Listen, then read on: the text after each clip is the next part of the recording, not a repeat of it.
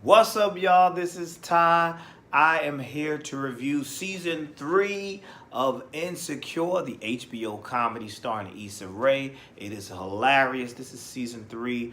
The first 2 episodes have already aired of the third season, so we're going to do tonight I'm going to combine them and review the first 2 episodes. So by next week, I can just do the third episode when it airs. I'll be all caught up. So we're going to do Better Like and Familiar Like. Those are the titles. So let's start with Better Like, which was the season premiere.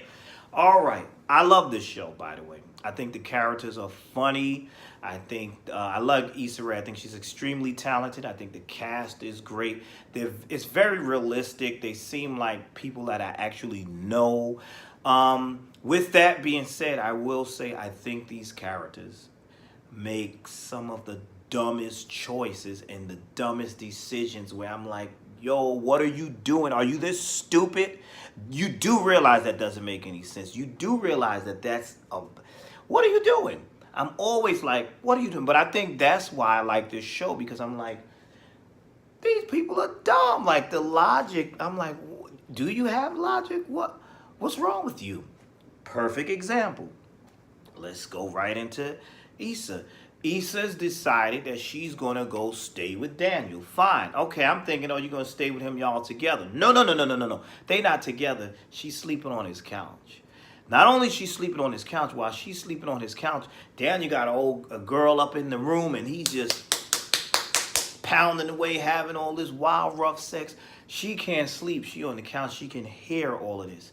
Let me tell you, do you know how in my feelings I would be if I was a girl, my ex-girl, ex-wife, or whatever, I'm at her house and I'm sleeping on the couch and I hear a dude in the room. I hear her in the room with a dude or any dude having, relations. I'm going to be in my feelings. I'm going to be in my feelings. You know why? Because nobody wants to be hearing somebody else have sex and you just sitting there miserable. You can't even sleep. You got to hear somebody else having sex. That sucks. I don't want to hear you having sex. That, and especially since we've had a relationship. So that was really awkward and crazy. But I'm thinking to myself, is Daniel doing this on purpose? It could be. He could be doing this on purpose. Like, was he? Because I do think that he has feelings for her. But I guess he's feeling like the man now. Like, yeah, she on the couch and I'm in here busting this girl out right here just like that. And it's like, wow, like that was just, it was funny, but it was just crazy to me. Really crazy, really crazy. And we see that Issa is going through a lot in this episode. The money's low. She really don't have anywhere to go. But let me take that back. Why did she decided to go stay on his? I'm pointing over there because my couch is over there. Why did she decide to go stay on his couch when you have these friends? You couldn't go stay with one of your friends. Why are you staying with him? Oh my God. It just makes no sense to me. Why are you staying with him? To make matters worse, her things are not going so well on her job. They're giving her grief. That job is crazy anyway. The boss is still punishing her from regarding incidents that happened last season. So, she's going through it. She's also has a job as a Lyft driver. Really funny scenes with that. And then we go to her friend Molly. Molly also very smart, attractive, but still successful, but still makes dumb decisions. And why wouldn't Issa go stay with Molly? But see, if she did that, I wouldn't be enjoying the show the way I am, because I wouldn't be at the TV like, oh my God, what's wrong with these women? What's wrong with them? But anyway, Molly's making dumb choices too. We see her come back from vacation. She's still messing. She's got her career going. She's about to start a new job. And she's still messing with Dro, who is a childhood friend. And we know that he is in an open marriage. Now, I'm not judging open marriages, y'all. Whatever floats your boat, that's you. For me, I can't do that. It's not gonna work for me. Ain't nobody touching my wife, and I know my wife wouldn't be having that, But let me not get on my business. Let me not get in my business right now. But yeah, that's just crazy. And they're together. And Molly is starting to feel like, we need to set some boundaries. We need to be just bunk buddies, F buddies, partners. But you can't be coming over here and you calling your wife and like, oh yeah, I'm still at Molly's. Oh yeah, we're gonna make pancakes. That kind of, Molly wasn't feeling that. She's feeling like that's not what I want. I need to put some boundaries in place here. So she told him, listen, from now on, this is how it's gonna be. We're gonna have sex, and you're just gonna go, cause I have to set some kind of rules. Kind of dumb. That was dumb, but it makes sense at the same time. I'm like, I feel you, Molly. Kind of stupid. You should just leave him alone altogether because this is not what you want. This is not how you built. This is not what you're down for. But this is what she's doing.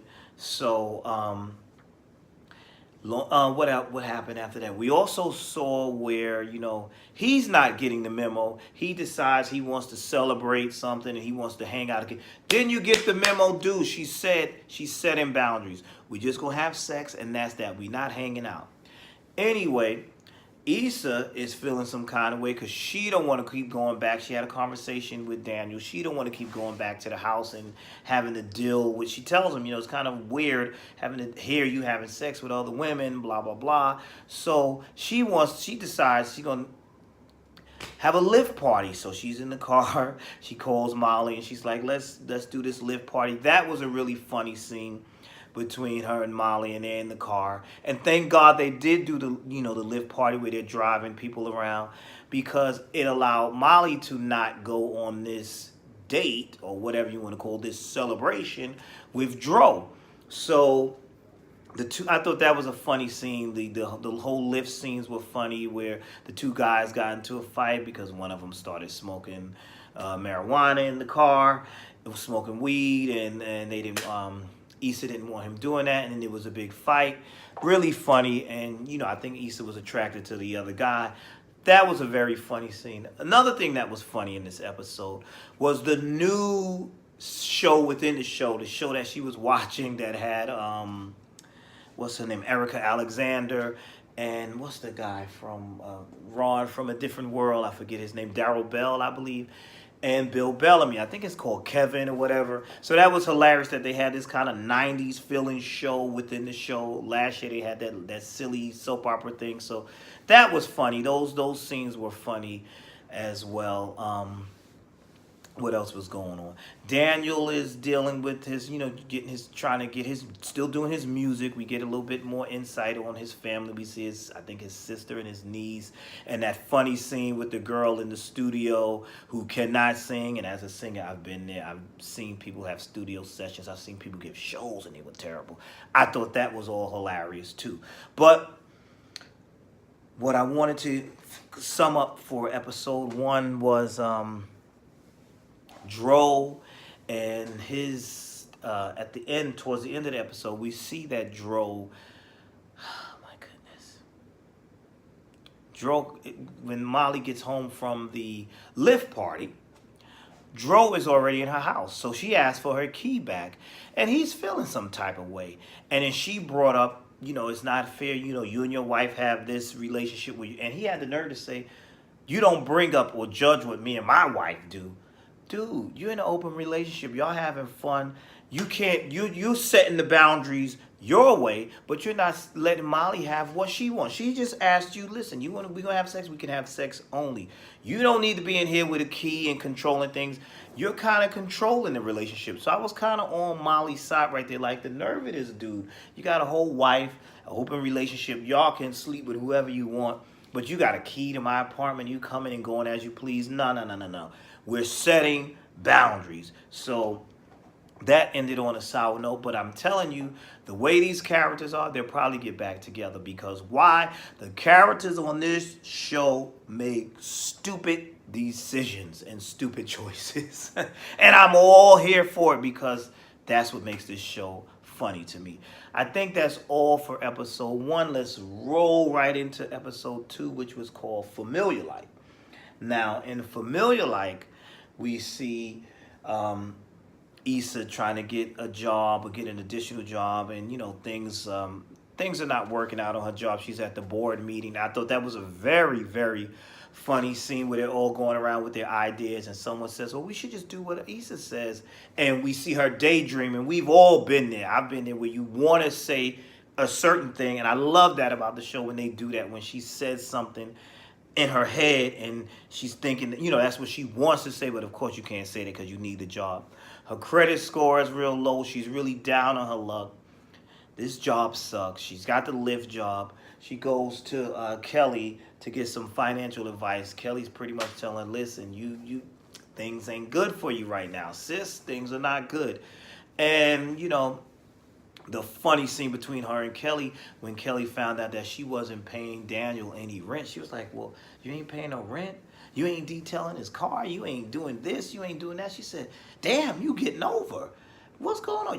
He ain't hitting that? You getting over. I thought that was hilarious because that sounded like something I would have said. So this episode also focuses on Daniel and his career. Like I said, as someone who sings, I've dealt with flaky music industry people. Daniel is still trying to get his producing thing off the ground. He's trying to meet this certain rapper. One of his flaky friends fronts on him and really can't get him access to who he needs to get to. And so Issa tells him, well, why don't I come with you to the party? So she goes with him to this party, to this club, to try to meet this rapper so he can build a relationship. Of course, he can't get in. The guard won't let him in. But then they run into another guy who's far more successful, who also grew up with them or went to school with them or whatever. And he gets them in. So we see Issa being a true wingman, just trying to make things happen. She's distracting the guy so that Daniel can speak to the rapper and get the rapper's attention and get it's just really funny stuff. Get the rapper's attention and so he's able to try to make a connection.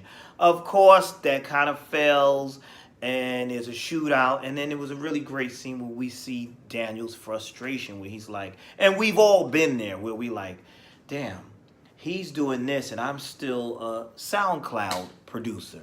And then Issa's pouring her heart out about being struggling with a low credit score. Really good episode. Her struggling with a low credit score and the things that she has to do. But we do see Daniel eventually making a little bit of strides because he kind of swallows his pride and he's going to try to collab with the more successful music producers. So Familiar Like was also a good episode. I think we're off to a good start this season. Really funny stuff. The little things about this show that I like. The little funny quirks. I think Issa Rae is hilarious because she doesn't try too hard. Some of her jokes are subtle and goofy and silly and awkward, like her series that she had on YouTube that I enjoy. But yeah, I enjoy these 2 episodes thus far. It looks like it's going to be a good season. I'm telling you, somebody's going to do something ridiculously stupid. They're going to make some more bad choices. But like I said, I'm all here for it. So tell me if there's anything I left out that you think I should have mentioned. Let me know. Like, comment, subscribe. That's it for now. I'll see you next time. Be blessed. I'm out.